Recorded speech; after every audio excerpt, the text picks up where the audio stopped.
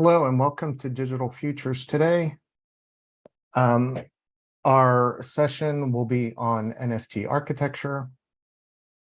Our speakers are Professor Theo Dounas. He just wrote a book. Rachel, Leila, Kenichi, and Camillo. Today's talk will feature NFTs, but for all of our viewers, we're going to have a tutorial on February 11th and February 17th, a talk on new hybridities. Please go to our Digital Futures World team Discord if you have not signed up. Here's today's topic, NFT architecture.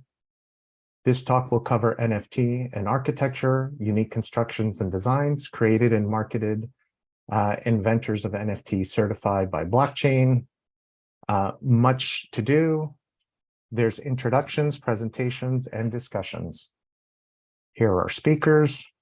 Our featured speaker today is Dr. Theo Dounas. Leila, Camillo, Rachel. And before we get started, I'm going to do an introduction to Dr. Theo Dounas. Dr. Dounas is a chartered architect and a principal lecturer at the Sutherland School of Architecture and Built Environment at RGU. His research expertise encompasses blockchain and smart contracts, generative and parametric systems with a tight orchestration between design and fabrication. He is a research director of ArcChain.cc, a project that seeks to establish a decentralized building information modeling toolset and mechanisms for the AEC industry. Additionally, he conducts research and design for fabrication and assembly through a series of projects in robotic fabrication of timber components for buildings. He is currently working to advance his research into blockchain and smart contracts for AEC, coupled with generative systems into a new research program for regenerative architecture. He is a director at his practice, Adventurous Architecture, and a core member of ArchiDAO, so ArchiDAO.io. His edited and co-authored volume, Blockchain for Construction, was published in September. And I would say to everyone, thank you, but Doctor, please take it away. Thank you so much for having me. This is a fantastic opportunity to be able to speak and present my work. Let me share my screen and then we'll begin. So I'll be touching briefly on non-fungible token ecologies and presenting kind of introduction also to blockchain and NFTs. And I hope this is a kind introduction also to what the rest of the speakers are going to be presenting and discussing today. I've been dealing with this subject for the last 6 years. And essentially, we are looking to advance a kind of new formulation on how architecture is being understood and produced globally, if you will. And just to illustrate this, without actually going too much into the technology side of it, I'll go back to Odysseus from Homer's Odyssey, the kind of classical book that describes how Ulysses was returning from the Trojan War back home, and when he returned, there is a moment of recognition where his wife kind of mistrusts him on whether it is actually him, and asks him to take the bed, the common bed, and take it out of the room. And he kind of reacts to this because he has essentially, before the war, saved that bed out of the roots of the tree, and around that bed has created the whole architecture of their common house. So in a sense, Ulysses is kind of like the first, architect engineer that takes material and transforms it into an architecture. And from that point of view, you have the kind of idea of the extractive nature of architecture and craft. The tree can never be the same after it is turned into an object. Counter to this kind of Western notion, if you will, of architecture and craftsmanship, we can take a look at a book by Byung-Chul Han, a philosopher who is Korean but works in Germany, and his book Sanjay Deconstruction in Chinese. And within that, Byung-Chul Han explores the idea of Sanjay, so the idea that Chinese have on merging or creating something new out of really strong ideas that are found around. I won't go too much into what the book describes, but I want to kind of show you a first version of a physical NFT, if you will. You see here the jade seals that the Chinese scholars would use. And in terms of Chinese culture, the jade seal is the scholar and the scholar is the jade seal. So there is a kind of identification with the signature every time. And at some point, Byung-Chul Han discusses the idea of creating a kind of collective work via the process of signing. So we have this Chinese landscape where a series of scholars are actually writing poetry and providing their own signature because they want to send away a friend who is being transferred to another location. So if you will, this classical Chinese painting with all of the signatures is, if you will, physical NFT that is being transformed by signature that all of the scholars are putting onto the work. And from my point of view, the idea of the NFTs or the non-fungible tokens is driving us towards a more collective understanding of how to do architecture. But what is the technology that kind of underlines and makes NFTs work? And that's essentially blockchain. And you see here kind of like the second largest in terms of volumes blockchain in the world, called Ethereum, and the first one that created the idea of non-fungible tokens. Essentially, Ethereum, or the blockchain of Ethereum, is a decentralized computer, and it's not only used to register plus or minus in terms of values of whether you have a cryptocurrency as Bitcoin would have it, but also is used as a decentralized computer where you can run smart contracts. Now, through that immutability that the blockchain kind of contains, you can also create unique digital entities for the first time on the internet, right? And those unique digital entities are essentially either artworks or other artifacts that are being digitally signed and cryptographically secured through a smart contract, and being created as unique tokens.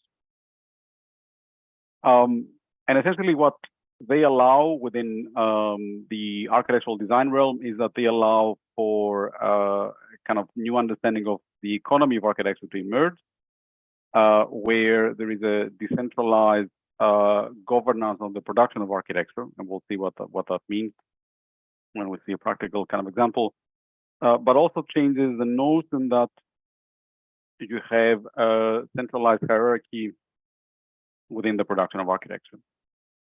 Now, to potentially understand non-fungible tokens a little bit better, maybe it is useful to understand, first of all, fungible tokens, right? So tokens that can be exchanged with one another. And there is no better example than the game tokens that you would use to play games in arcades back in the day, where you would exchange your fiat currency, say $10 for 10 tokens, And the tokens could be used to activate essentially any game within the arcade, right? And this is the utility that you gain by holding that token, right? So, and if you will, within the blockchain space, to understand tokens, you need to understand that you're designing essentially an economic utility, whether this is an utility of aesthetics or an utility in terms of governing an organization or unlocking a game or whatever else the designer might want to do. Now, fungible tokens are interchangeable essentially between one another, but non-fungible tokens are unique. Hence the kind of image of the medallion that I have here, where we certainly have economic utility, but the token itself is unique. And these can be used either, for example, identities. They can be used to represent building components or buildings themselves, or any other kind of unique utility the designer would like to bestow upon them. And I'm certain today we'll see some great examples by the speakers in this session. Now, the main idea and main driver behind using blockchain within architecture, engineering, and construction is to take this industry that is essentially fragmented, unproductive, like the AC industry for the past 30 years, almost globally has maximum an increase of 1% productivity, where other industries have had increases by 2.5 to 10%. But also is an industry that is adversarial, right? So a lot of the times projects are being set up in a way that you have clear lines of liability and clear lines of responsibility. And it's a lot of times really difficult to be productive and collaborative. And essentially, we are trying to use blockchain so that we make the AC industry integrated, productive, and collaborative. So a lot more working towards that kind of idea. So I'll explain kind of one chapter, the last chapter of the book, Blockchain for Construction, that we edited along with my very good friend, Dr. Lombardi, who works at Yatong Liverpool University in Suzhou, China. And this chapter is called Collective Digital Factories for Building, Synergistic Collaboration through Crypto Economics. And the idea here is to kind of try to assign value into the performance of a building model. And I'll explain the cycle that you see here, right? So on the top, you have funds that are used to make a design. To participate in that design, you don't need to have an agreement. You just need to stake your tokens. And once you stake your tokens, then you are given a governance token that makes you part of the design team, right? So from that point of view, the computer protocol itself is used as the governance infrastructure, and you don't have to negotiate any kind of agreement with anybody else on the design team. But then the way we set up the smart contract is so that a model is being produced by the design team that is being continuously evaluated in terms of its performance, in terms of its energy, waste, and also circularity. And these are recorded again on a smart contract, which also assigns certain values. And the idea here is to optimize building performance so that it increases, that you increase productivity, reduce waste, and reduce carbon. And this could be either proportionally or inversely proportionally with the funds that you receive. So through the tokens, we can essentially create a mechanism where the design team and everybody else on the whole project is incentivized so that the design performs as best as possible in terms of carbon impact, in terms of waste, but also in terms of productivity and building performance. And we've written like the initial smart contracts for these tokens. In our case here, the NFTs would be essentially the governance tokens, right? So they represent essentially the design agents as IDs as they participate in a team that collaborates to achieve this goal. And I'll present a more kind of practical example from my practice. This is a collaboration between my Office of Advanced Architecture and the first architecture, decentralized autonomous organization. So the first organization of architects that operates by using the blockchain. This is a project developed by Sofia Rustinova, Olivia Gospodinova, Yorgos Berdos, me, and Simon Prokop. And it was a proposal, the project is called CryptoBridge, and it was a proposal for a recent competition in the city of Sofia in Bulgaria, where the municipality wanted to create a sort of integration between the Sofia South Park, which is what you see in the screen at the moment, and its southern part as well, right? So they have a kind of green area that is fragmented and not integrated, and it's also separated by this big avenue that we had to essentially bridge. So through a set of analysis that you see on the left, looking at local nodes in the area, but also trying to create a path that merges the north part of the park with the south part of the park, we created this kind of spine, which essentially turns, undulates and oscillates and turns into a bridge from the north part to the south part. And within the node network that we kind of see emerging, we also have a set of activities that are generated there, right? So that takes care of both the movement and the spatial conditions. And the kind of physical manifestation of this is a really simple timber bridge made out of engineered lumber. And the components are essentially broken down into a series of pieces that we're able to record on a smart contract on the blockchain and essentially create out of them non-fungible tokens. And we'll see why we're doing this. And on the lower part, you actually also see some of the kind of folies or architectural installations that we decided to create that are also can be tokenized, where pieces or components of them can represent a particular non-fungible token. Now, why would we, go into the process of doing this? And we're looking at this as a potential for citizens and stakeholders to actually participate in the project, right? So the architecture essentially sets a very basic kind of understanding of what we need to achieve, but through the NFTs, we can allow, first of all, a more collaborative ownership of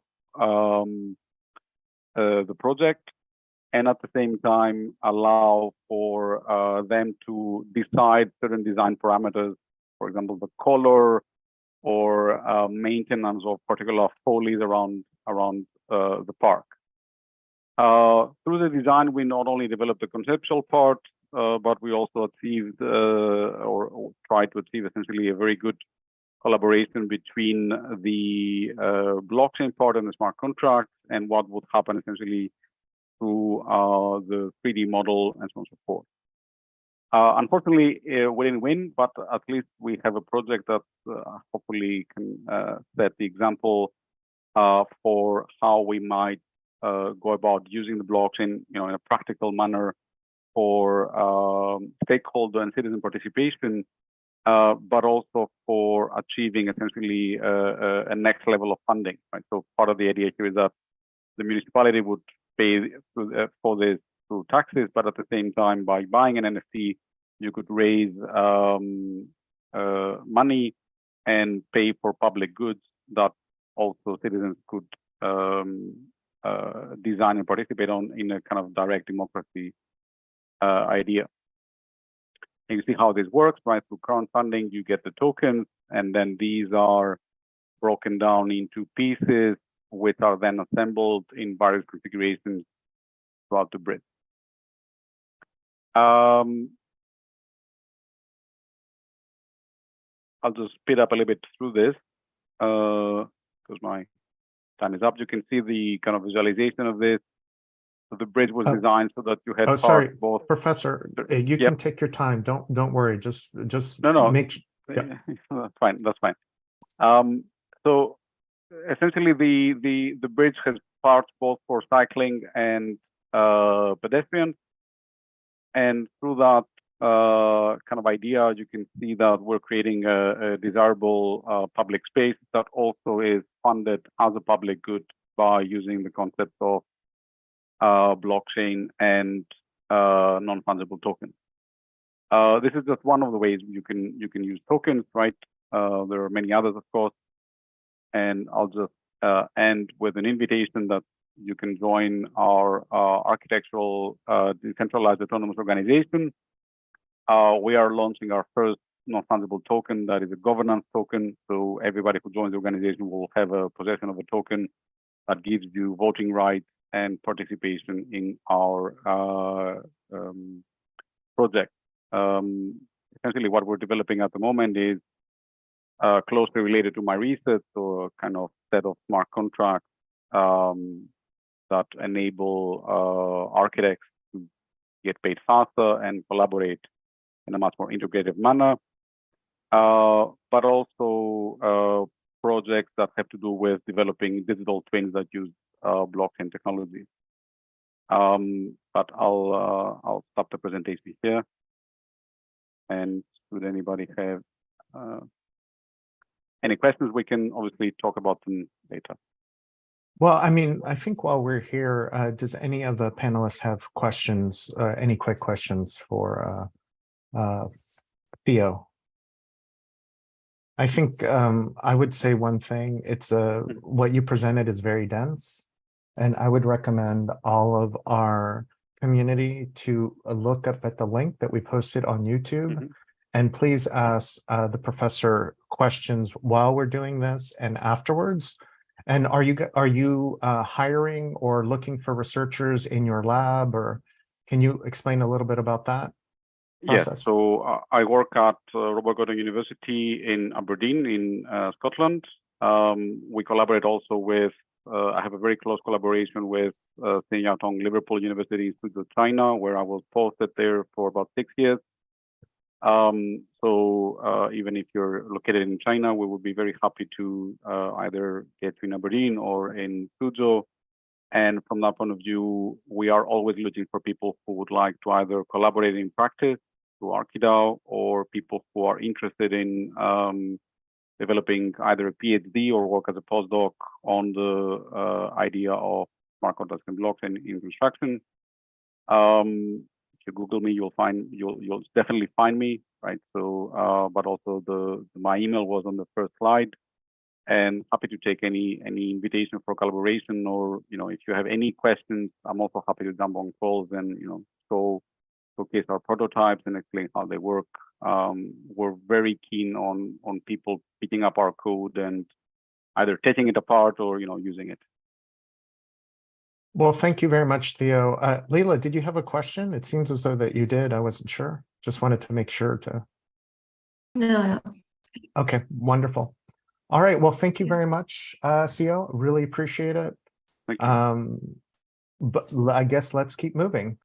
So the next speaker will be Rachel Wolfe from Snowmarkets. I think that's how it's mentioned. Rachel Wolfe is an international artist based in the Nordics and the US. She is lead curator of Snowmarkets, a Norway-based startup offering a truly unique platform for Nordic artists to connect with international collectors. I have to say, non-disclosure, I met her in Santa Barbara, and she's an incredible human being, extremely talented, and I look forward to hearing more. So take it away, Rachel. Unmute. Thank you very much. So I'm gonna share my screen here. That was such a wonderful intro. Thank you. I think this will be the best choice here to share. Yes. When I moved to Norway in 2015, I started meeting lots of artists, and thinking, why doesn't anyone know about what's going on here? And so when I was invited to work with Snowmarkets, I immediately jumped because it was a dream for me to represent these artists in the North.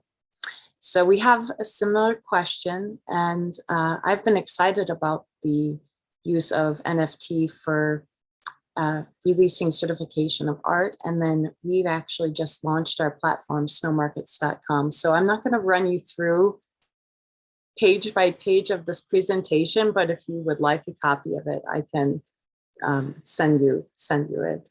But it's pretty self-explanatory on our website, snowmarkets.com, and on Instagram. So we are embracing the concept of decentralization, especially in arts. There's this huge gap between creators and the value that they give to the public and returning that value to their production, as well as their connectivity to, say, for example, projects that we just witnessed, which is so exciting and beautiful.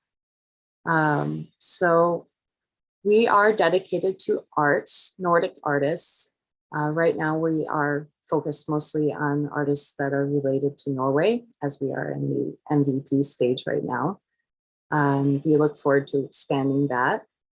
We are focused on arts, visual arts, but as well doing sculpture. So right here is our kind of, this is my favorite slide here that explains what Snowmarkets is doing.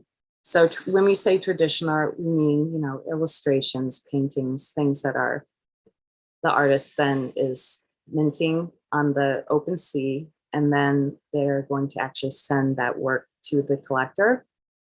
Right now we're doing one-of-one digital art, and this is a digital file that someone can own, a property, and then a digitally asset-backed art, which is this intermediary step. So we're also performing as a little bit of an educational tool for the public as well, and introducing people who may be nervous about doing this to these amazing artists, which I will jump into. I can hop back to this presentation, but in the interest of time, let's see if I can rearrange things quickly here.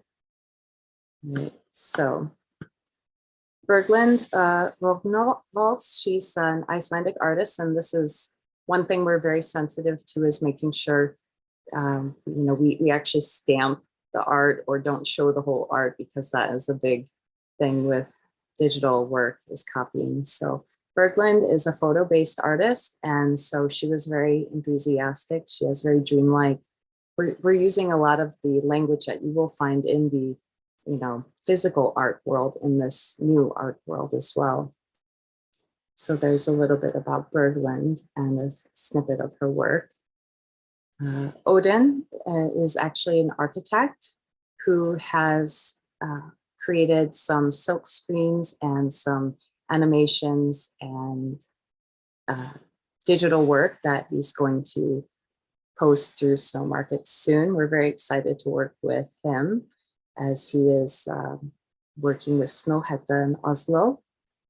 And then Dominika, she is mostly an illustrator and animator, and she has created some amazing conceptual work that we're really excited to explore the moving art aspect online. So she works with myths and symbols, and she wants to reveal ways that ancient traditions are emerging, as that was so fun in the previous presentation, those connections, and make those really obvious for people. Then Ragnhildur, she's another Icelandic artist, and we have minted her right now. And this is an example of an actual physical artwork. This is her apple. So we're starting with the apple, and when the collector purchases her work, they will actually receive the certificate and the apple by shipping. And Masood is an interesting artist because he does mostly installation work, but he also has some drawings. He's mostly working with drawings. And so he's going to mint some digital versions of that, as well as some 3D renditions of his installation objects. So really exploring the whole metaverse space with that. And Joy he's more of a documentary photographer. And so he will be releasing limited edition prints as well. I'll hop back over to this other presentation. If anybody has questions, I think we're going to have those at the end. So those are our startup artists. Right now, we just have 2 online, but you can follow us on Instagram and see who we're working with. And this is just the rest of what I've already said here. So this is our right here. If anybody has questions about how we're doing, the business back end of it, I'm happy to go over that later too. Yeah, Rachel, you're doing great. Did you want to show any further visuals or expand on one part before we move forward? I definitely want to be mindful of everyone's time. Yeah. Why don't you just show, I think you had a few presentations prepared. Why don't you show maybe some visuals? Like, is there something that you wanted to show in particular? I'm not sure if the screen changed for you, but it didn't change for us. We just saw one part of it. So I just wanted to make sure. Are you seeing right now where it says active drops? Yes, correct. And then when I drag this back in, do you see this? No. You don't. So you don't see the artist's work right now? No, I don't. Okay. So I will just quickly see if I can do a different share screen. Yeah, no worries. Thank you very much. I just wanted to make sure, just keep it in, I guess, keep it in this thing so we can make sure that we can see. Great. If you don't, Okay, so now you can see the artists. Correct. Why don't you just go briefly what you said before, so that at least we'll have it on the record here. Sure. So yeah, this says, so you could see this whole part of the presentation before. Correct. So here, these were the artists that I was speaking to, and these are presentations that, again, I can send to anyone who's interested. Yeah, no worries. So what are their names? I don't even know how to pronounce their names. Is it Berglind? Yeah, that's right. Berglind Rodenvals. She's an Icelandic artist, and that's actually her, shortened version, because in Iceland, a lot of female artists' last name will end with Dottir. And so we're also very enthusiastic about raising cultural awareness around that region of the world as well, the Nordics, which are, famed for their myths. Wonderful. And then here's Odin, and he's actually Danish, but he's working, all these artists are somehow living in or were living in Norway. And so he's an architect with Snowhetta, who's also, traveled the world, different sites, and he's making art when he's not on tons of huge projects. Yeah, we're fans of Snowhetta for sure. Right. We're very excited to have his work, and on the website and the Instagram, which I didn't want to make my screen too cluttered. We're really excited about their work, because we're really giving, this is an opportunity for artists as well to, experiment, right? This is a new experimental space, and so they're not confined to limitations. We're here for the artists, basically, and genuinely so. Wonderful. Yeah, if you don't mind just making sure that we see all the visuals before we move forward. Sure. So it's Dominicla Miklar. Yes. Okay. She's living in Oslo now, and this is actually an animation, but it's still right here. Got it. And then there's Ragnhildur Weisstapel, and this is the sculpture that I was referencing that is out right now at snowmarkets.com. And when someone collects it, they will receive the actual sculpture. So that's a DAB situation. Got it. And then here's Masood. Wonderful. Now it all makes sense, because when you were reading it, I was like, okay, what is she talking about? But now that I see, You Right. know, and I think what Professor Theo talked about is the market and the backbone. I would like to hear more about the kind of the ownership portion and maybe the digital twinning, how all Right. this works. Is Right. there any final words that you want to speak about on your presentation today? I can answer those two questions real quickly. We are minting on OpenSea. These are our active drops here, so it kind of works like a regular online, shopping. We're also going to have crowdfunding in the future where artists can mint a whole collection so that people can collect that as well. And we are the kind of unique thing that we're playing with is the Dutch auction, riffing off of the whole tulip market, which is how the art world, a lot of people don't know that story either. So we are really having fun with all of the Nordic stories and bringing that to the world. Well, Rachel, thank you very much. I think that we're at Digital Futures, we're looking at all the ecosystem of the arts, media arts, architecture, construction, and the academic spheres. So I wanted to thank you very much. And if anyone has any questions for Rachel, please put it in the chat on YouTube or Bilibili. So thank you again, Rachel. And our next presenter will be Kenichi. So Kenichi was born in 1985.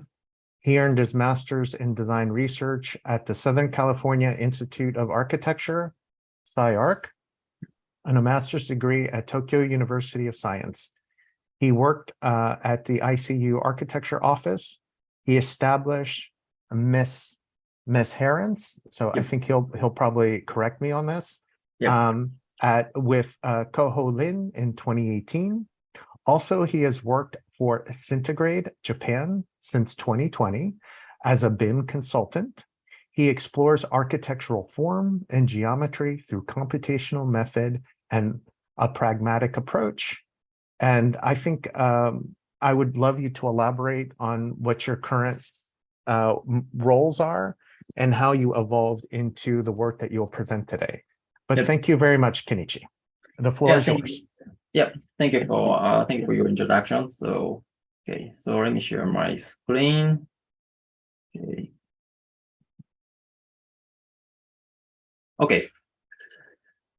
So thank you for giving a time for my presentation. So today I'm going to show you some projects I'm working on recently. So before starting presentation, let me have my short introduction. So but you already have, but just short.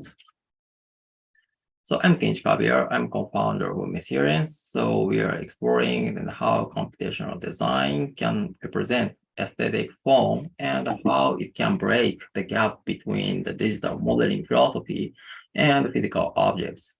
We both graduated SCI-Arc 2013, and I have experience of Japanese architecture office. And then we established our unit, which is called Messherence. So Messherence means messy and coherence. That's the opposite meaning. So we created the new words. So then also currently I have worked at Cinderella Japan, and that is found by people who worked at Gary Technologies. So we are supporting facade production with 3D model. So my position is BIM consultant and also project manager for such a kind of complex geometry facade. So the job is very much practical. So I have the two opposite work. Like one is the Messherence's work, which is more like artistic work, and also another is Centigrade work. Is more like a practical, and we are supporting the construction. Okay, so let me start today's topic. So what can architecture do with NFT? So this photo is actual construction site. Until now, architecture as a real estate has been huge and immobile, and the physical building itself has value. However, digital architecture freed from physical and constructional and performance comfort issues will be more accessible and open widely and focused on the different value points. People may want to characteristic architecture is and how much attractive architecture is to public in digital world. At this point, it will be treated like a digital signage. So this is the digital signage. So these are aimed at how to stand out in a crowd city and how to grab people's attention and make an impression. The photo on the right side is Shinjuku, Japan. So the signage attached to the building indicates that the store is located here. So how advertising in the city attracts people's attention and makes them remember is important. Advertising value is created in the places where people gather, and the value increases further. The same is true in a virtual space. So generally, companies must attract people's attention and make a good impression for their business. To get them, they may hold virtual events or bring something that attracts them. And sometimes that something is a celebrity. For example, recently the value of the surrounding area that Snoop Dogg purchased jumped dramatically. So this is the market value of the advertising effect that can be expected from the attention of that many people. And I believe that architecture also plays a role in attracting people. So let me show my projects for now. So I prepared 3 projects for today. So one is the dancing solids. So this project is the latest one. I designed a high-rise public space, but the geometry of building is like a knot. The volume of the building is interspersed with cut-off sections, which are green spaces. The interior of the building is connected to the exterior through the striped facade that have both transparent and opaque sections. The striped pattern functions like a window, allowing visitors to see the view from inside and to experience various sequences of events by actually moving through the building. So the striped pattern is variable and can be linked to the timeline in the modeling. This gives the architecture a dynamic expression. The high-rise building should become an iconic presence in the virtual space, like an obelisk or an observatory, attracting people. In the real world, architecture couldn't take different forms and different facades. So that's what architecture has been. So it's not possible in real architecture for the form to change or the position of a window to change. So, but this time, architecture itself can transform its shape.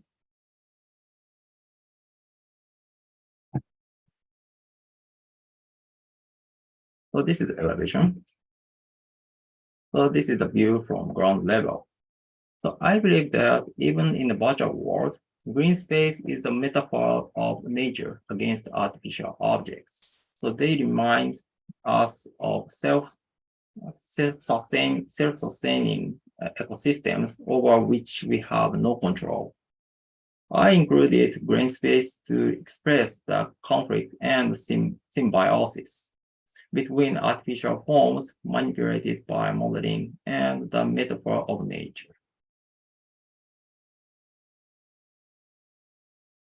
So this is a concept video that high-rise building is put on the virtual ground. The fact that architecture cannot change and cannot be moved have given weight and sublimity to its value. In the virtual world, however, there is no such concept. So architecture will have a lighter existence in the virtual world. So, and I add green spaces, as I mentioned before.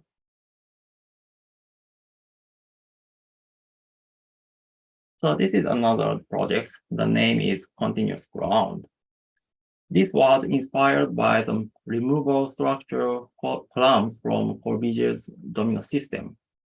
the constantly changing zoning of green space and its relationship to the upper and lower slabs give the architecture plan and responsibility.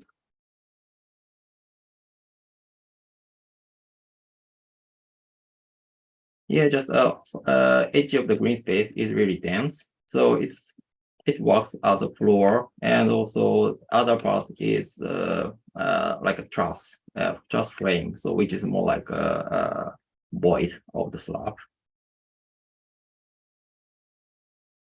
The columns here are really conceptual, and by daring to place impossible slender columns, so I emphasize that they are free from the structure. So it means really thin. So it's it's impossible to in the real world such a kind of really thin columns. So this is a close view. So different density of trusses. Where trusses are dense, so they act as a floor or roof. So sunlight from top depends on how dense the pattern is. So these twisted slabs behave like a park or hill. So these qualities were established only in the modeling world, but the evaluation of architecture was only based on the real things. Even if the drawings and sketches were evaluated, they were only in a retrospect from the perspective of the actual architecture. So, however, NFT gives the value to digital things itself. It means this characteristic digital expression itself can be evaluated.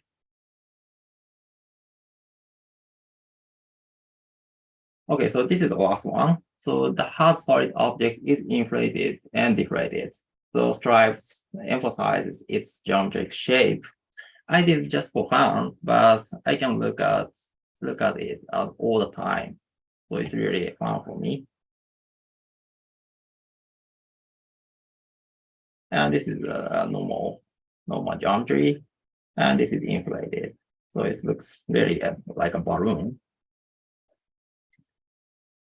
So, okay, that's it. Thank you for listening to my presentations. If you're interested in, so please follow me this account. All right, thank you. Well, thank you very much, Kenichi, for your presentation. I think there's a lot to say about, I remember in design studio, everyone wanted to make the most beautiful, outrageous, provocative design. And since you went to SciArc, I can see there's like that little SciArc, like, Yeah, like try to out-imagine me type. But I think that's also a topic that we should hold on, is the idea of creativity and ownership, and really I think the culture of ideas within our discipline. Yeah. But thank you very much, Kenichi. Yeah, thank you. Now we will move forward to our next presentation, and that would be for Leila Mohammadzali. I think that's how I said it, so my apologies. She will be presenting on some NFT artworks. She is a 23-year-old architectural designer, so young, currently a designer at Qastic. Okay, a Los Angeles-based architecture design studio. She will be presenting on the topic of digital worlds and some conceptual frameworks and ideas. And it's a short introduction, so take it away. Thank you. Good day, everybody. So let me just share my screen and then I can say something. Okay, thank you for your introduction.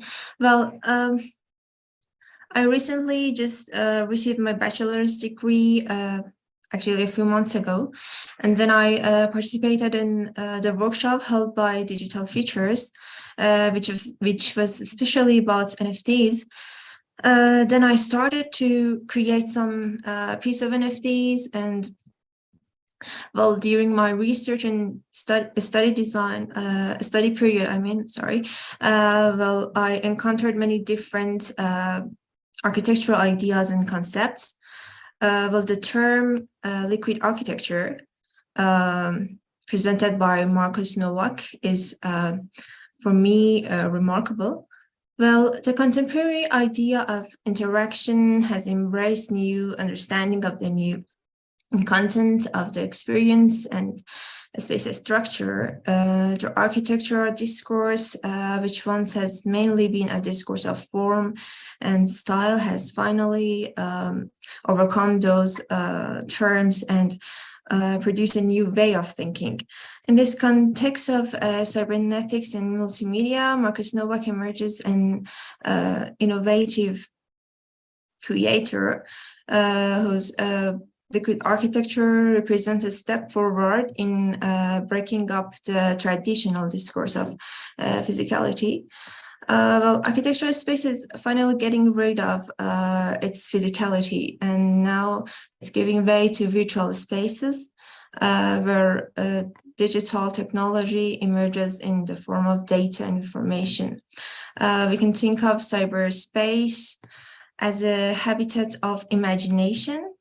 In fact, we are within information in cyberspace. We ourselves must be reduced to bits represented in this world. Well, cyberspace becomes an alternative to destroy obstacles in time, which has been shaped in time in our minds in a physical world, and gives its way to power of the imagination. This time, in this new virtual world, I think of the object of architecture as a creature that generates and grows freely in unlimited virtual world without any subtractive rules. This is an architecture without doors and hallways, where you can imagine the room wherever you want, or the shape, whatever shape you want. Well, my initial form generates from a physical model, which I have it here beside me. I can show it to you. It's set of threads. I don't know if you can see it clearly or not, but I have the images here. Well, I call it initial seed. I put it from my physical world into a digital world and convert it into a language that the virtual world can read it. Well, with the help of some tools like capture tools. And well, I created my set of architectural objects, which feels like an alien or a creator, which can grow and maybe dance in the unlimited world of cyberspace.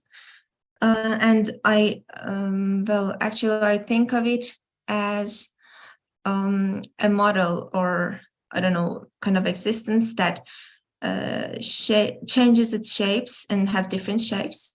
So this is the first one, and I call it Dance of Salvation. I will show you actually, by the way, the movies after that. Okay, this is the second one, the Wanty Wheel. And come and go. Dependence. Well, by the way, the names are kind of integrated with the term desire. Well, desire, after all, is something that pushes us towards our dreams, imagination, and well, it gives way to what we want. So, for example, in this way, dependence is a story of our coexistence. Well, I mean our coexistence with obstacles and dreams, both in our mind. And the last one, in the Eye of Miracle. So let me just stop sharing again and share my movies. Let me share the whole thing. Okay.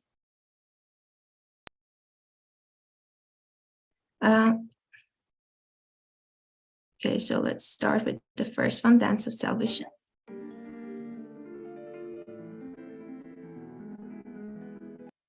And okay, let's see it again. Sorry, it's a little bit too short. Well, I actually captured just seconds of it. And this one, Wanting Wheel.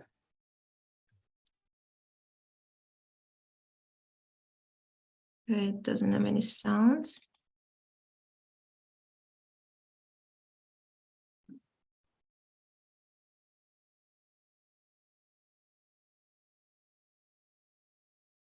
Okay, the other one.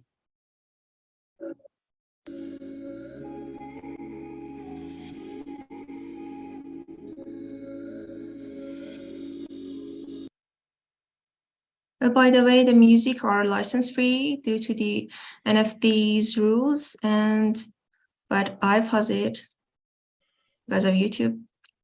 And okay, let me just this one.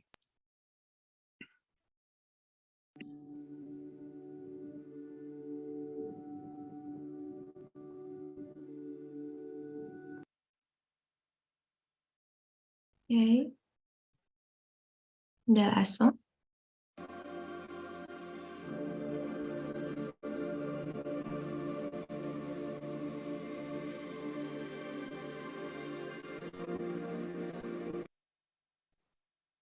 Okay, that's it. And well, in case you want to visit my foundation app, I think it's put it in the chat, in my link tree. Thank you so much for your time. Thank you so much, Leila. Really appreciate the effort, and I know that you're basically joining us from Iran.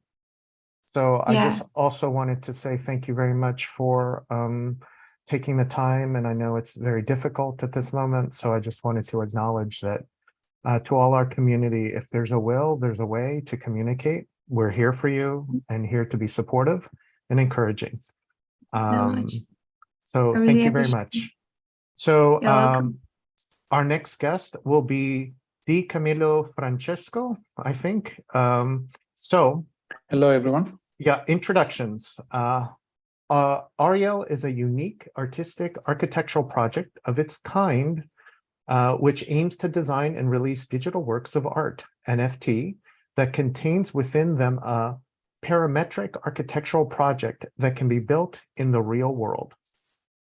By exploiting the new technologies derived from the BIM methodology and the use of the IFC open format, we promote an alternative marketing strategy that focuses on the design skills of a generation of professionals of the future, architects, engineers, designers, and artists who want to renew the connection between digital and the real world.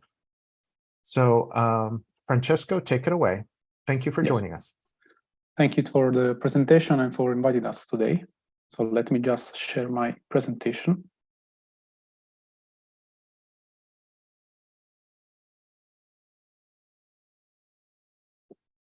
Okay, hopefully you can see. So as I said, okay, I'm Francesco and I'm an architect. I'm one of the founder of Aureal. It's a project that, as you said, aims to break down the barrier between the real and the virtual world through digital architecture. Aureal is a multidisciplinary group born during the pandemic and consists of a group of architects, 3D artists, visual artists, and BIM experts. And also, by the way, it is a group of friends. And so we decided to put together our knowledge and experiences. So as I said, during the 2020, we started to look around and to try to understand where the virtual world was going. And so I'm sure everyone recognizes it. This is the Mars house from Chris Hakim, and it is an house that it doesn't exist, but it was sold for over $500,000. The artist here made the 3D model as an NFT and he sold it on Super Rare. Another example is how this world is going is In the same year, a group called Injective Protocol burned Bansky artwork and sold the video of this act. The crazy thing is that this NFT was sold at 4 times the value of the real opera. Also, the fashion as well is not stood by and watched, because in fact, many fashion brands are selling their product as NFT. And of course, again, you can't actually wear those products, but you can use them only on your avatar, for example. So the question is, who needs a chair if you can't sit on top of it? So the world of NFT is so abstract and unpredictable, but as well its potential is limitless and still underused.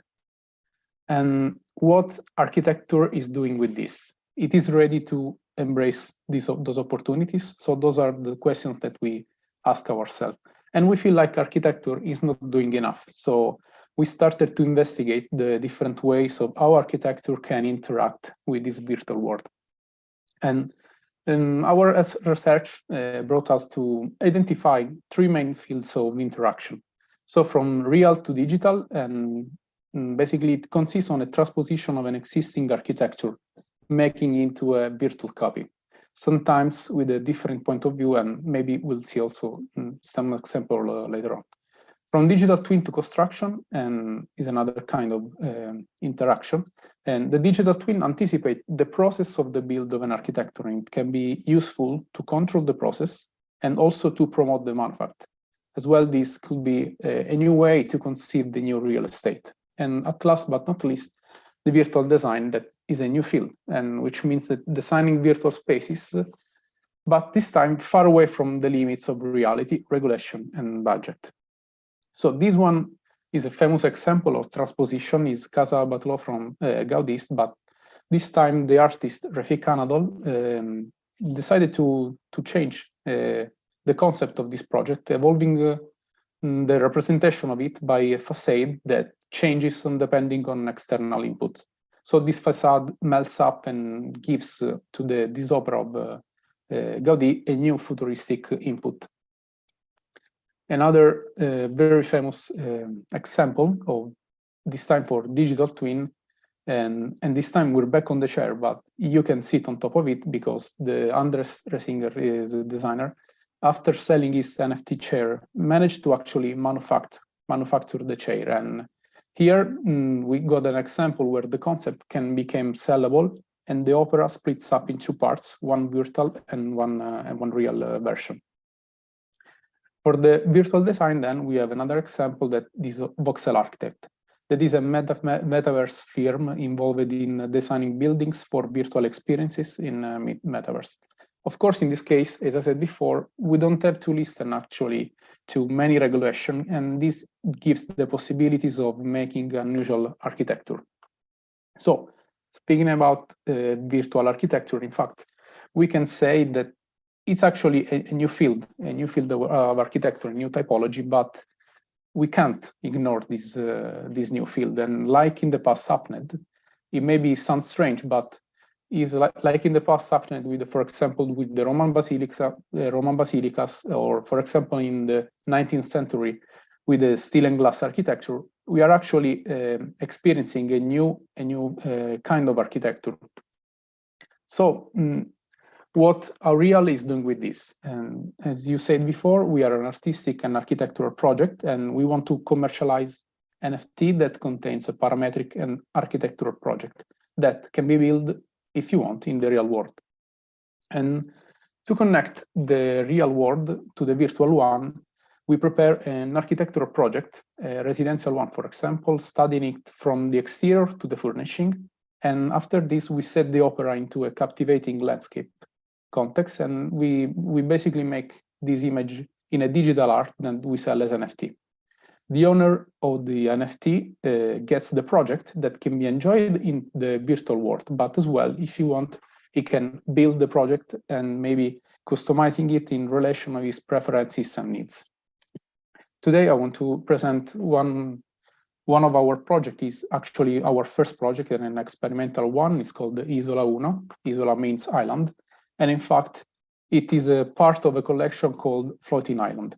This is a holiday house that is located in an unknown rocky floating island. So here the walls are all around a central circular room that look at the sky, and there are 3 linear rooms that you basically ends up with huge windows, so you can enjoy all the views of the sky, the strange planets, and their rocky surrounding. Those are some video clips that we prepare to show the project also on our website. But apart from this, there are, like, as I said, two different parts of this project. There is a virtual one and the real one, the project. So this one is the virtual part of the project, because the owner gets a standalone file that can be enjoyed with VR. And thanks to the VR, he can interact and customize the object inside.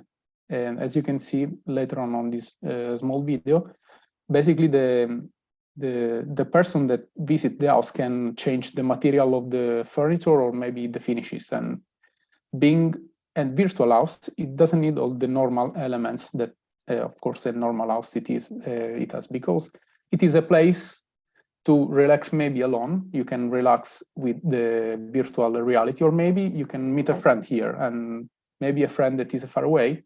And instead of being like into a Skype room, or like we are today on this platform, you can visit and talk with your colleagues and friends in your amazing house.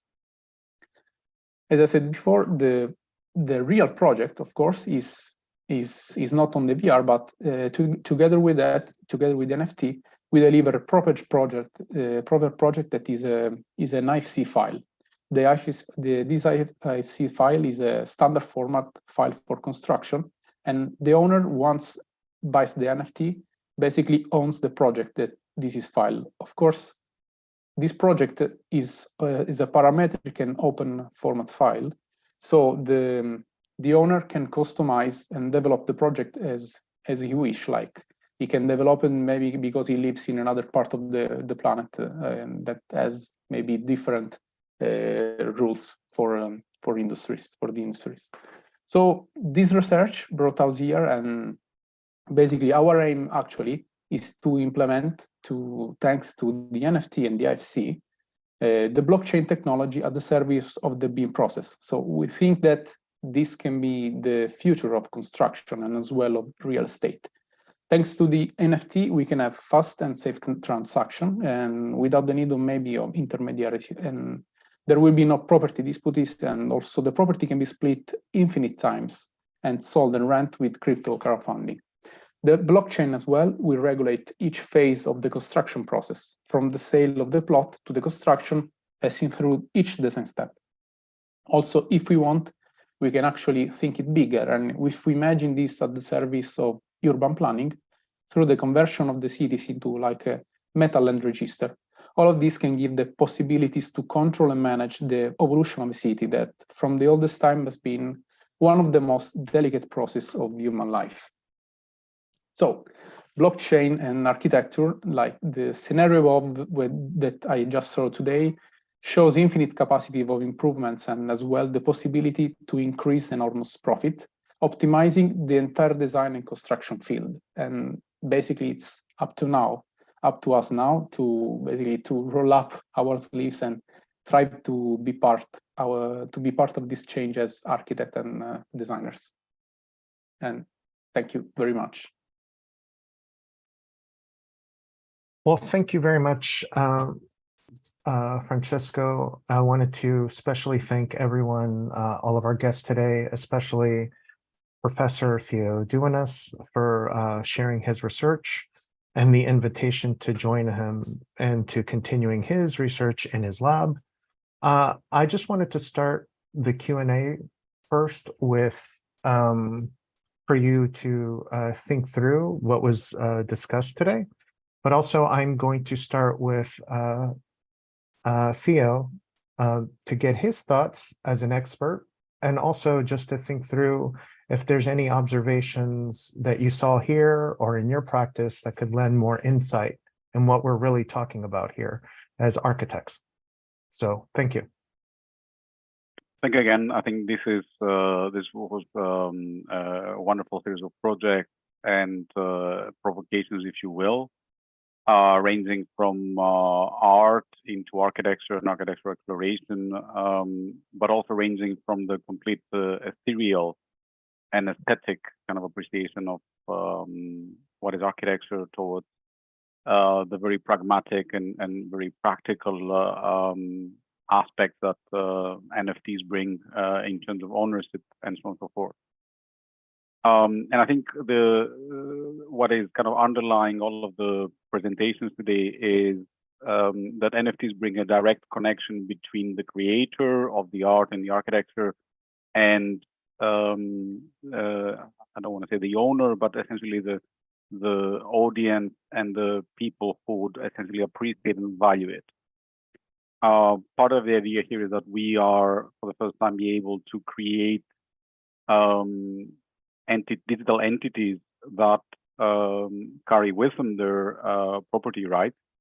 And from that point of view, you can kind of solve problems that in the past were very difficult to solve. For example, sharing your ideas and still retaining the possibility that you are able to live through the digital files that earn a living essentially through the digital files that you're presenting. I also find it really interesting that we had a really global range of understanding of the technology, and that opens a very nice discussion in terms of whether we're looking at these from the point of view of the market, or whether we're looking at these from the point of view of a curator, or essentially the architect becomes the curator of the experience of what someone will understand in virtual reality. I mean, there are potentially technical problems in terms of how you would achieve some of the ideas that we saw today, but I don't want to take it into the kind of boring manifestation of making this a tutorial, right? We might have time to do that. Professor, nothing is boring here. I mean, I think this is your platform, so if you have any opinions, please share. Yeah, I think part of the idea here is to be able to understand how we will achieve some of the visions that we're seeing today, right? So NFTs and blockchain, along with other fourth industrial revolution technologies, a lot of times have a certain amount of hype attached to them. So we need to also be critical in terms of how you will achieve, part of the promise here. The good thing is that the people who presented today have already created part of this rather than only talk about it, and I think that is a wonderful promise. So I have some questions in terms of essentially what people presented today, if you don't mind, right? So I'll start again with the sequence that we saw the presenters, if I remember it. So I'll start with Rachel. And what I wanted to ask is, what makes for you an interesting artist, if you will, to be on your platform? And the question kind of flipped: what makes it interesting for you to see the audience feedback from what exactly you're doing with launching projects on OpenSea? It's a good question. So one of the apprehensions of artists is, of course, with this, it's open. The OpenSea is open. So Snowmarkets is curated. And so it kind of is removing this. I love that last slide on the presentation, the everything is possible thing. We're saying, yes, that's true. And yet we're going to go ahead and curate that. And so that can build up. We can cooperate with the artists as they're developing their career. And so it's not such a, mass of noise information. We can kind of organize things. So that's one aspect. The other is that it is focused. The Nordic artists are aware that there have been limitations in their representation in the world. So they would normally have to relocate, and now they don't have to relocate. And part of that is creating this platform, this channel that serves as a mediary between continents, as well as our platform is a little bit different in that crowdfunding aspect, which is quite popular in, say, launching a book project. We haven't found that so available, for example, and unless the artist creates their own campaign, a Patreon or something like that. We are also providing that support and that service. And as we grow, we're going to have things like snow sessions where we can address questions, we can give feedback. So there's mentorship offerings. And we've been talking about creating like it's an online culture then. And so there's a lot of talk about community, and sometimes it's actually happening, but we really want to make a community that's virtual so that people can tune in, because as it turns out, there's quite a lot of interest in artists there, but not a lot of awareness. So it's kind of a multi-pronged approach, and the artists that we have are quite excited about it. We're also, able to answer a lot of questions because there's a lot of kind of insecurities around, is this real? Is this really happening? There's been, some bad press, and we are keeping an eye on that as a team. Together, we're all helping keep in check. And that's why we're focused right now with Norway, is because we are, very concerned and transparent with making sure all the transactions are secure and safe, and build out slowly as it's appropriate, or depending on how things go this spring, we'll see. But yeah, it's been about almost a year, I think, since we were developing, but our startup team, we were all kind of aware of it for many years and studying it and following it and thinking, yeah, this is going to happen. And the bad news type of things now is actually all quite good. It's helping us in our thinking and our structure. And I think through what you're describing, also just for people who may not be paying attention to the crypto market, right? NFTs are also dependent on the prices of cryptocurrencies, and at the moment we are what's called essentially a bear market, so the prices are down. But this is a great opportunity for people to build projects and kind of build value for the next kind of generation of NFTs that will come out. I mean, as a provocation, you talked about community, right? Are you considering or thinking whether you could create a decentralized autonomous organization where you could have artists and the kind of users or audience of the art kind of participating in exercises of co-creation, or governing what kind of commission an artist would do next, right? Yeah, the artists, each of the artists and people, they have a following of their own as well. So that's why we want to stand by for what the artists want to do and support that. So if they're wanting to create a fundraising, say they want to make a project, they want to realize a project, and they need funding to do that because someone has asked them, that the platform could serve as that for them as well. And so yes, we don't want to limit the artists. We want to make sure that they have the proper support so that they can exist in reality while they're working with this virtuality.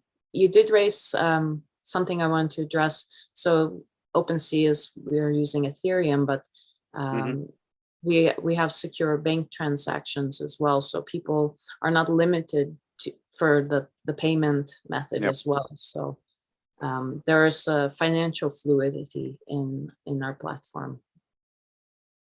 Perfect. That's great. I have a question for Kenichi as well, if you will. I kind of really like the skyscraper that you presented. That was kind of always alive and challenging, right?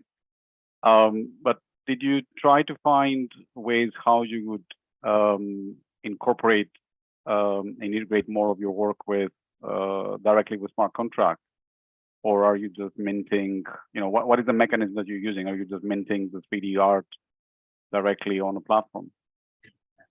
Oh, actually, this is a really difficult question that I've ever exploring. So yeah, basically before NFT, so we are also looking for how to connect the digital world to the physical. So actually, this is the most difficult questions, and also everyone is trying to at some way like technology or some electric device or something, so like interactive between the display to the real world. So but NFT is kind of the breakthrough, may break through the different way, so may break through the gap. So actually, after NFT, so I'm still couldn't see clearly the answer, but that the NFT may have the possibility to break through something, but it's not clear for me and also for everyone. So yeah, and also simultaneously, I also trying to express really characteristic expression in only we can express in the digital world. So then basically the detail or the feature in such a kind of characteristic detail couldn't realize in the physical world. So we have to translate something for the real things, real stuff. So, but this time, so NFT can give the value to digital stuff itself. So that's the kind of something happen. So also, I hope something happened in our expression way. So, but still, okay.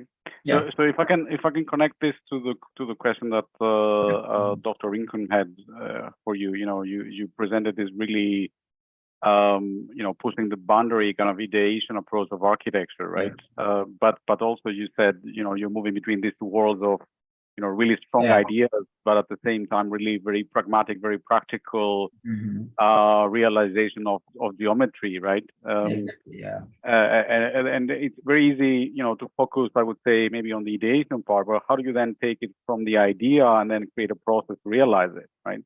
So could you share a little bit on how you do that on your own practice? Oh,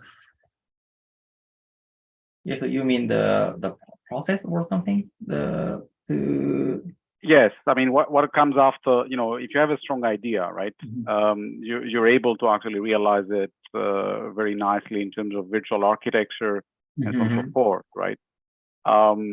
What do you think potentially is the constraint or the boundary that stops you from pushing it ahead towards realization? Oh, I see. So every time I try to create some what I've never seen. So and basically I have kind of two opposite experience, like a practical stuff, practical architecture a project, and also more like artistical stuff. So I have a bunch of the reference in my head. So then also I also like the searching the everyday, so something like the digital stuff, also new stuff. So in that so in my creation, so sometimes I created something, then I find some kind of portion of the new way. And so if I find that really piece of the new stuff. So I develop and I try to grow the piece of the idea. And of course, every time not so successful, but in the middle of the way, so yeah, I can create something. So that's why I always posted something that was not completed yet. So it's like a middle of the way. And so, and also now I'm also trying to like timeline in objects. So objects usually like a static, but also I want to add some expression or essence to the static object.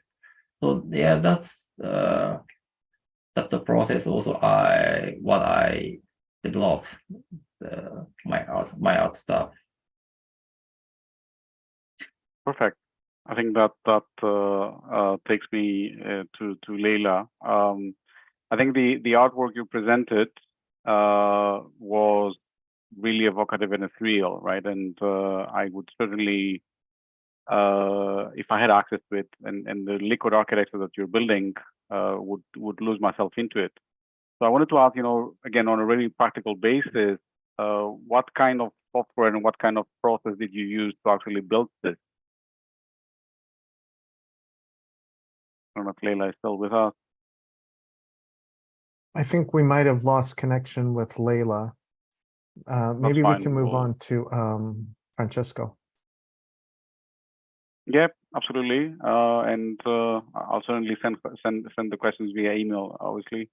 Francesco, that was a great presentation, and I can see a lot of affinity between what we're doing in my lab and what we're doing in Arkida with what you guys are building. So when are we going to see the first NFT building being built, do you think? Is it going to be this year or next year?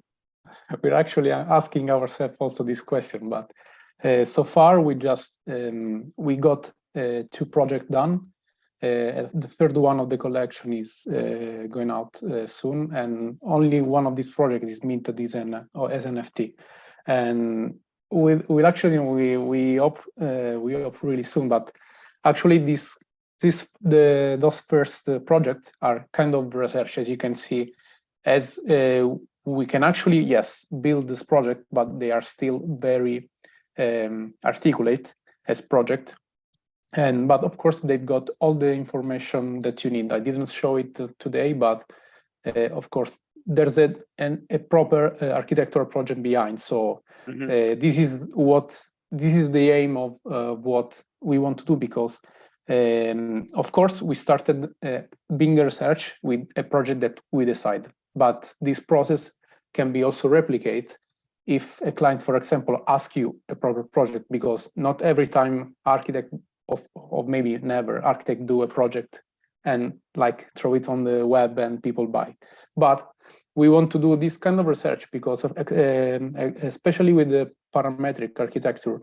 We really think that this is the key of the strength of the project, because we can maybe, of course, like for example, do a project and someone who buys the project can developing thanks to the IFC format file, maybe giving to like a local architect that knows better the laws or like of the place that where you want to build this house.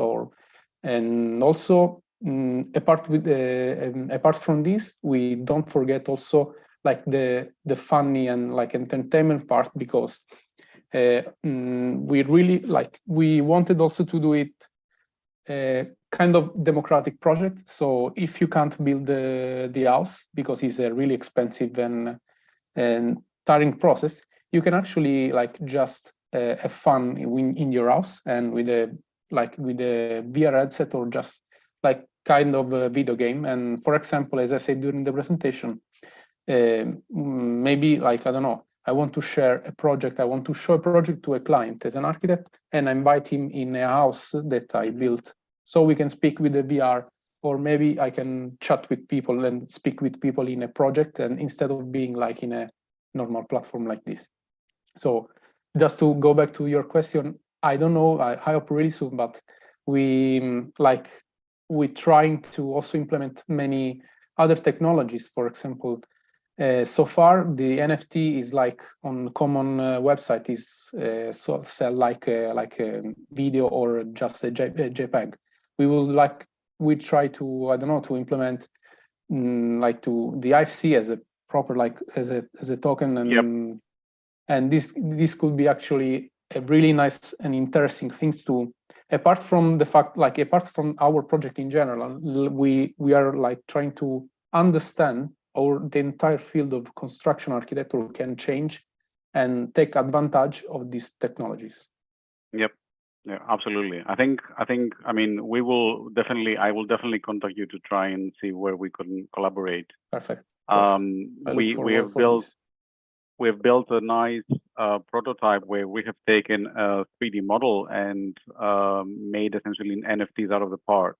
Right. So part of what you can do now is take an IFC, make the parts into NFTs, and then instead of having one buyer for the house, you could have a community that owns essentially a door or a window and a wall, and that also, and you can assign governance rights to those NFTs, and they can manage the space collectively.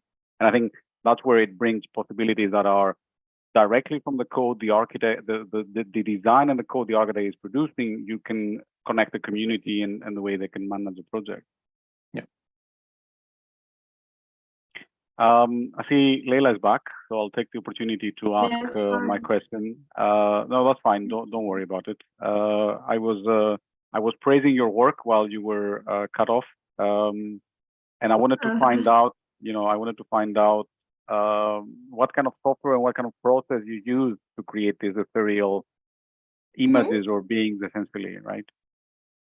Yeah, well, in fact, as the creator in my mind was named Desire, I tried to create something free of any rules, and my only motivation and actually the motor that pushed me forward was my desire. So I tried to create a form with threads, just that is moving through some surfaces, and those threads I converted them with the help of some apps like reality captures. I mean, you take a picture of your object and you convert it into points, and I play with those points in order to create that kind of architecture. But in fact, I believe that although I say that it can be generated and grows without any limits or rules, but I believe it should be systematized in some ways in order to name architecture. And have you imagined or have you thought about which platform you could go to systematize this? Have you thought about the idea of maybe using any kind of machine learning or even simpler forms of automation to do that? Yeah, well, until now, no, but maybe even it should have some physical rules. Not only not just designed for virtual world, because I think that virtuality should somehow assist our physical world, because virtual experiences are second-handed and are not really original to me. I personally prefer real spaces. I prefer to experience real architectures, and to me it's more interesting. But maybe one day we can qualify our virtuality in order to be accessible to anyone, to feel it and experience its unique architecture. Maybe that'd be kind of a good idea. I think, I mean, there are ways to kind of experience virtual architecture very close to the physical one, right? If you try a cave environment, for example, So I hope at some point you come really close to experiencing your virtual architecture in the physical sense as much as possible. I think Rachel has a really nice observation as we were discussing. Rachel, do you want to share that directly from the chat? Sure, you kind of started going into it already. I was like, oh, great, because I was thinking with the architecture, or you were talking about it already, the sharing of plans, and a community could say, for example, purchase it instead of an individual. But yeah, with these artworks, could someone print it off somewhere else, for example, so it can become an object? And then I was actually just thinking when you were speaking that like the allosphere, that there are these environments that exist in different locations in the world, then is there a way for people to send it, right, virtually, buying it, and then what's that?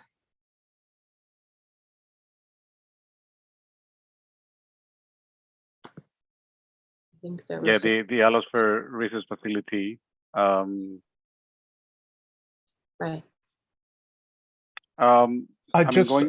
Sorry, Theo, just before we move go on, there was a question directed to you from YouTube. So let me be respectful with the YouTube question. This is from Pedro Cortes. Yep. Hi, Professor Dounas. Any recommendation about how to start with smart contracts?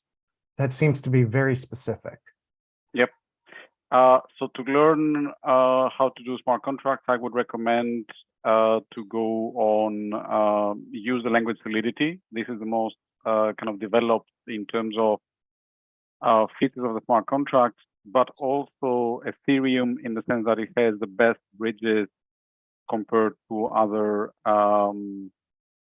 platforms, bridges between JavaScript, Python, and almost any other kind of platform you would like to talk to, because just developing the smart contract is not the end all. You need to also create software that will allow you to talk to the smart contract from your model or from your Grasshopper or any other kind of software you're using.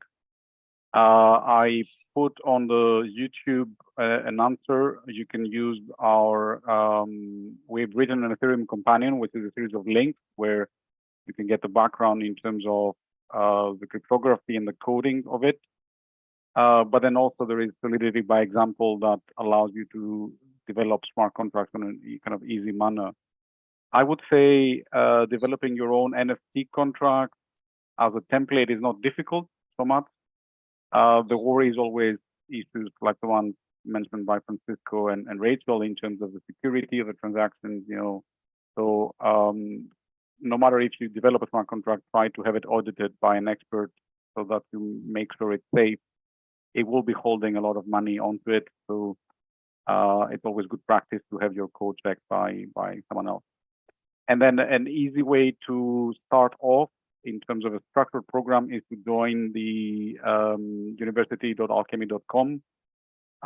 That's a kind of course that is offered for free by one of the biggest companies in the world in the Ethereum space at the moment. And it's one of the easiest to go through. Well, thank you very much, Professor. I think that right now we're at 15 to the hour. So I wanted to give space to anyone that has a pressing question for Professor Theo or any one of you, because I think it's an open dialogue, and I wanted to thank Theo for also anchoring this. It wasn't expected, but I'm very, very thankful for his expertise. And I have greatly learned that I know practically little about this new space. But the lab that I work with, the Allosphere Research Facility, a lot of what we do is work with computer scientists, engineers, physicists. So it would be great to know more. So does anyone have any questions for Professor or for each other? Kenichi, Francesco, Leila, or Rachel?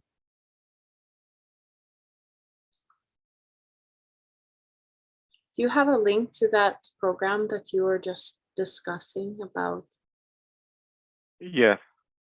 Let me copy it. I'll put it on the chat. It's on the comment.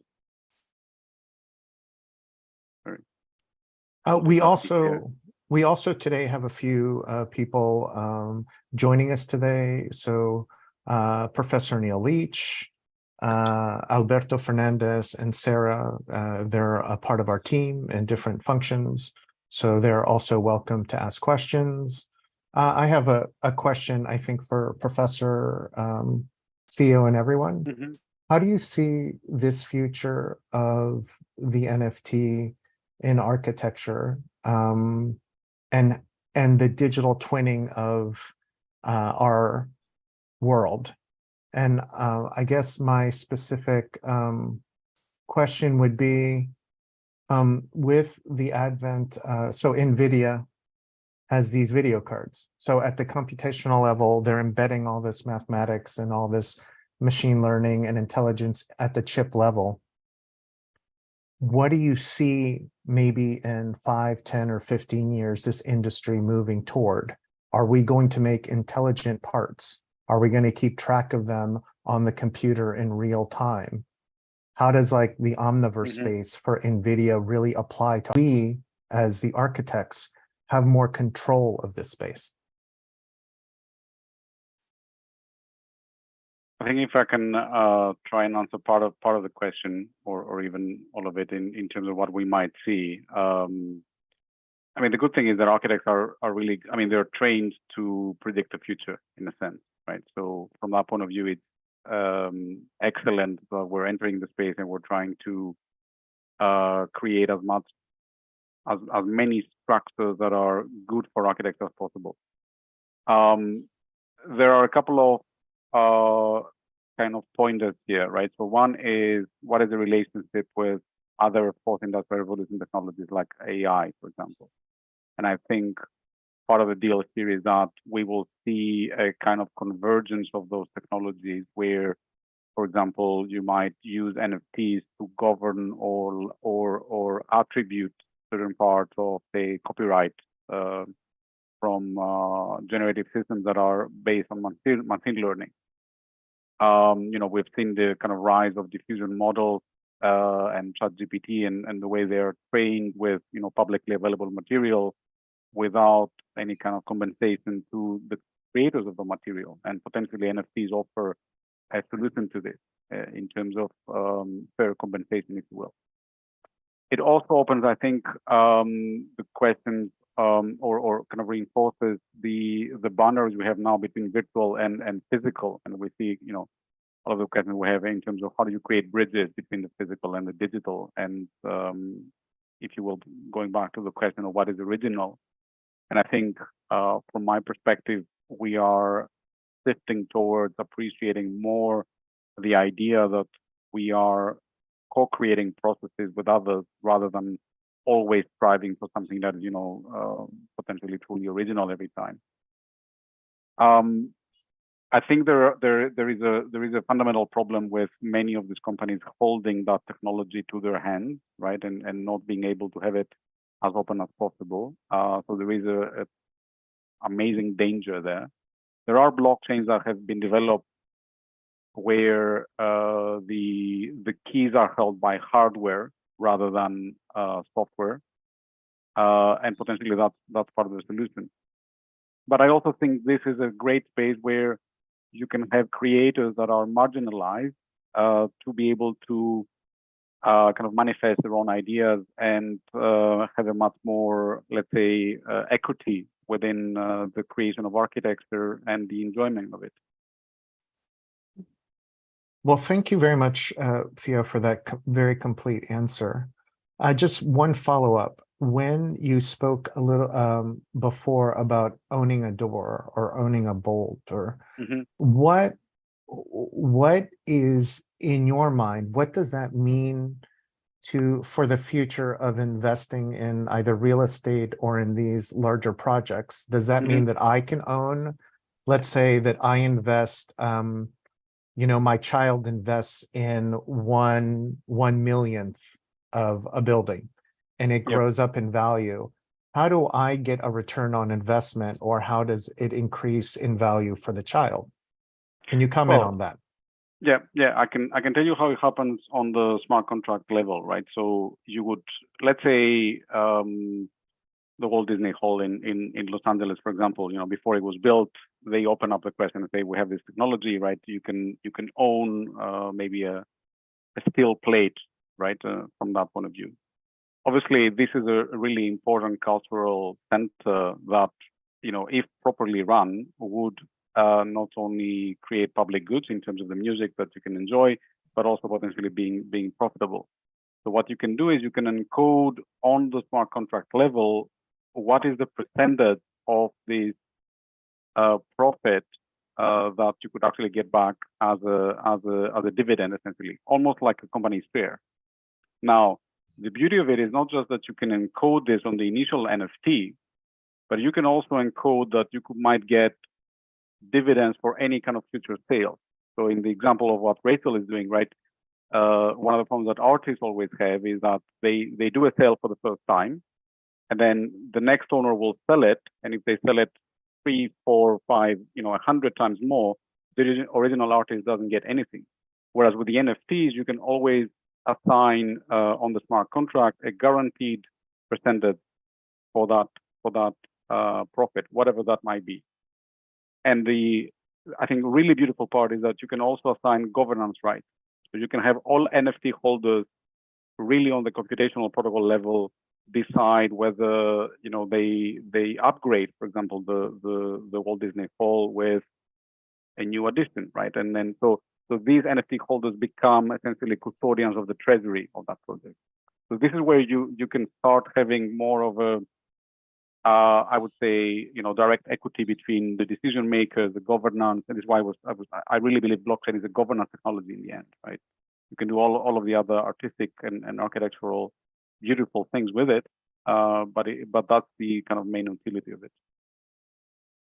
Well, I mean, I think that I guess for our presenters today and potential future leaders of the field, I think a lot of what is being discussed is a bright future, but it's also something that I am very fully aware and very hopeful that architects and artists can evolve and also enjoy some of the investment, because I think our society does not value creativity or the thousands of years that artists and architects have built to come up with something that can be seen as new, but we're building on past knowledge. So I wanted to thank Professor Theo, and wanted to get his comments at the end of everyone else sharing their comments. Professor Neil Lynch will close out today's session at the end, but I wanted to start with Rachel. Do you have any final thoughts today? Thank you.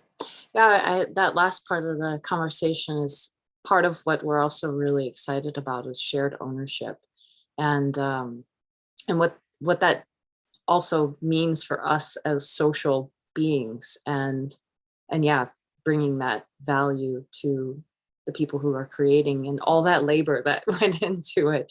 So those are kind of my final thoughts, which happen to kind of echo yours, but we're really excited about that as well. Within the music sphere, that was one of the things that we were really enthusiastic about at the start, but music is just another, and it's even less intangible than a visual or physical in that way. So those are kind of the other elements of creativity that we're wanting to look at in the future. I enjoyed everyone's presentation so much. Thank you. Well, thank you very much, Rachel. And I think we hope to continue following your work. And we're here to make connections. So I'm sure you can reach out to everyone, including Professor Theo Dounas. So our next up would be Kenichi. What are your final thoughts? Please tell us what you learned or any questions that you have for our community. So it's really exciting for me, exciting now. So yeah, we have any possibility to do that. So actually now I have I had worked really practical architecture project. So I think the Professor Theo also explained about the smart contracts. So which also affects something in the future. So in a practical project as well. So yeah, I hope some points I can connect my artwork to the practical work together, and also I want to participate the kind of milestone and like a digital and the practical combining together. So yeah, I hope I can join, and also I'm also do my best every time, all the time. Yeah. Well, hey, Kenichi, don't be so humble. I'm part of your rival school from UCLA, so us. Don't you worry. We'll be part. If you come to LA, more than welcome to meet up and have fun. Right. So thank you very much for your participation today. Yeah, thank you so much. Yeah, I would actually call on Leila. What are your final thoughts about today's session, and what did you want to leave us, our community, today? Well, it was so honorable to me to present my raw ideas here. I think we all try to seek reality, and nowadays I mostly find it in images, and I think it's kind of reduced. Maybe even our architectures are reduced to images, and maybe we should not take it for granted and make most out of it, and not regret it, and try to make something out of it. It was somehow awesome. Yeah. Awesome ideas. I wanted to thank you very much, Leila, and I also appreciate what's happening in your part of the world, and I wanted to extend much compassion and empathy and best wishes to you and your family and your country. So thank you very much for joining us. Francesco, any last words? Yes, I just want to thank you and thank all the others, the professor and all the other speakers. It was really nice and interesting to be part of this event. My final thought is actually on the entire movement of NFT, and I'm really happy to see many people that are going in this field, because I think that if these kind of transactions would become the normality, I think it will be really good for the entire movement, not only for the architecture, but I mean arts in general. Hopefully also it will be the normality, and hopefully in the near future will be also solving a lot of the problems related to the energy consumption, or all of this exchange. And I think that's all. I mean, hopefully we will see more and more of these projects in the future. I will get all the contacts, and maybe we can exchange thoughts and projects in the future. So thanks again. Thank you very much, Francesco. I think that one of the things we did not go into extensively are the ethical issues or environmental issues. And I think, Theo, Professor, if you don't mind, with your last words, how do we contend with the idea of the ethics or the understanding of power consumption in the age of climate change? How should architects either lobby for better technology, or how do we come together to make this better? I think that is a really interesting point, because we always try to think of this being someone else's problem, but actually it's our problem. And I'm always thinking that architects should take more responsibility rather than allowing others to decide on this. There are two strands on this, I think. One is I think we need a new political economy, right, for architecture and how it is produced. And part of what we were discussing about the ethics of having recognition for artists and for the ideation and for the production of these ideas that take actually many years to train one of us, right?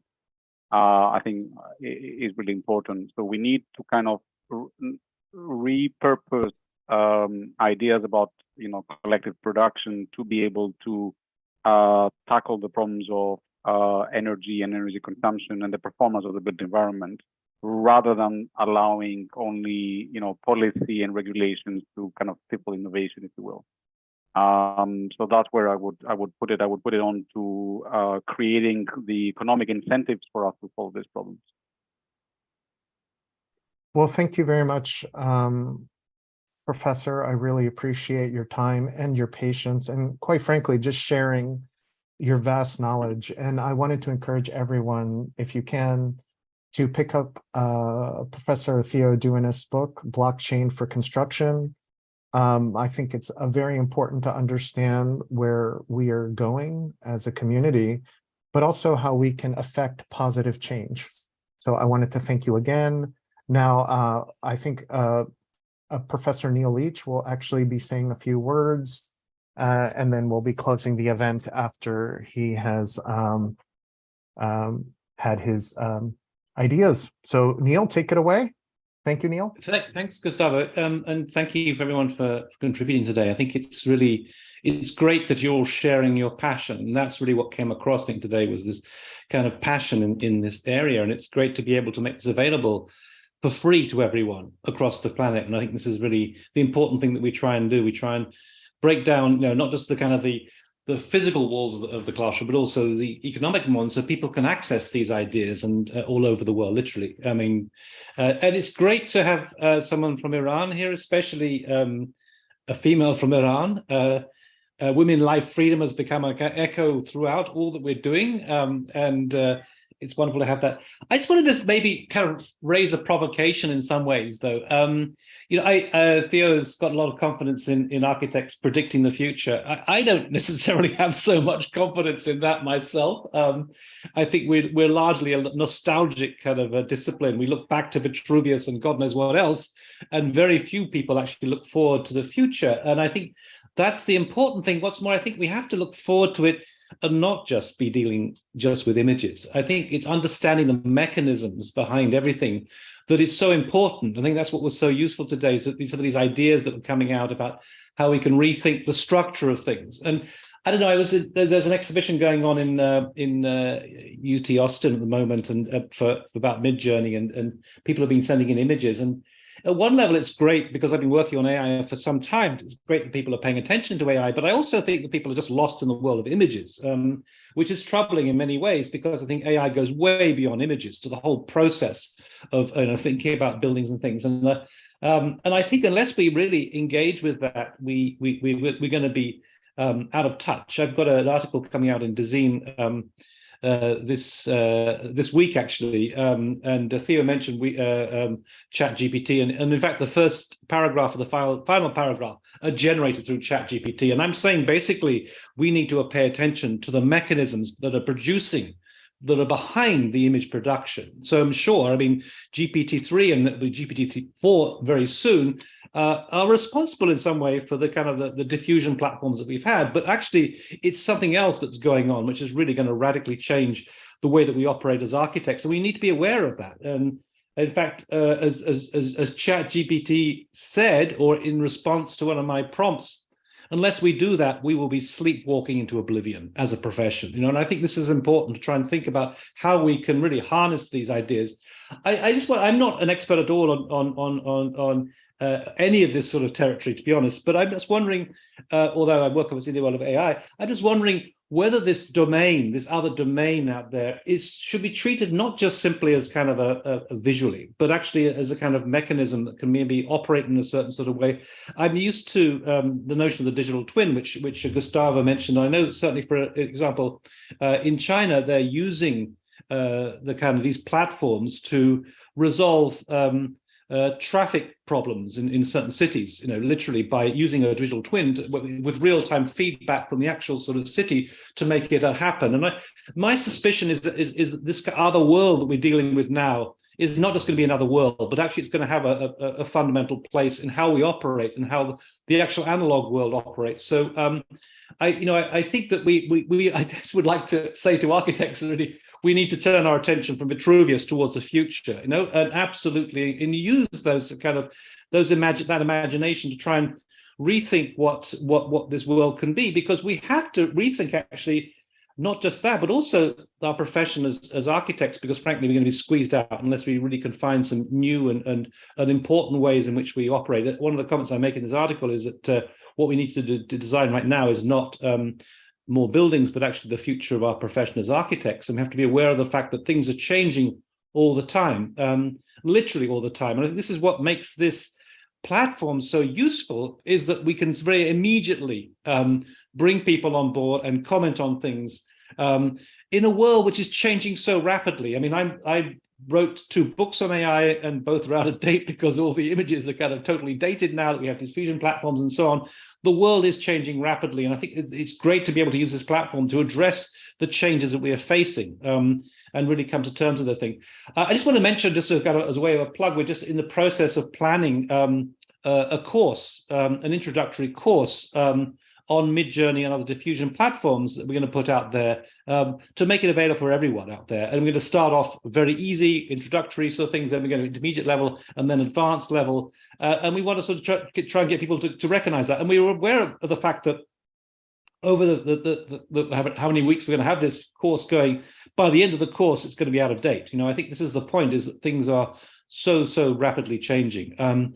You know, and all I would say is that GPT-4 is going to come out any day now, and it's going to change the way that we operate. And I just want to say one final thing with ChatGPT, and this sounds really banal and stupid, but it's kind of interesting in a certain sort of way. I suddenly became aware of the problem, or the possibility, shall we say, of ChatGPT when one of my colleagues, Angelica Poncio, was watching the football match, the quarterfinals of the World Cup, Brazil against Croatia, and she was upset that Neymar wasn't asked to take the first penalty, and in the end, he never took the penalty because by the time he was due to take it, he was number 5 on the list. They'd already lost the match, and so she went to ChatGPT and said, "Who should have taken the first penalty?"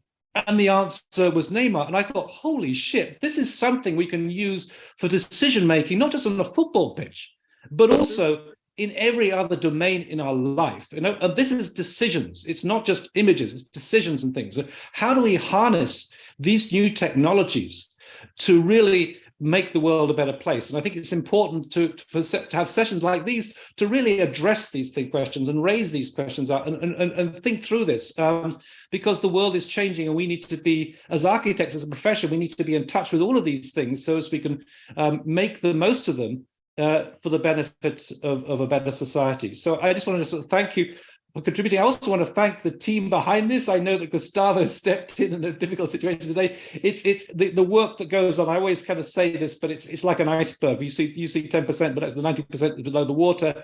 Huge amount of work and planning goes on to this. And you know, it's great to be able to host you guys and to share your passion. And let's hope that we can carry on this and keep the conversation going in the future. So thank you, Gustavo. Thank you, the team. Thank you, all the commentators.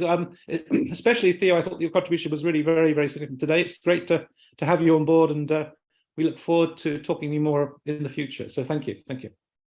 Absolutely. Thank you so much. Theo, before we leave, I just wanted to put your book on where can people find your book, and where can people find you? Do you have a series of talks that we can look at to be more informed? What would you recommend for our community? Well, you can find the book on the Springer website. If you are registered in a university, you will probably have access to it. If not, I can provide preprint copies. So just contact me on t.dounas@rgu.ac.uk. There are a series of talks of me on YouTube, invited in various universities around the world, and on the construction,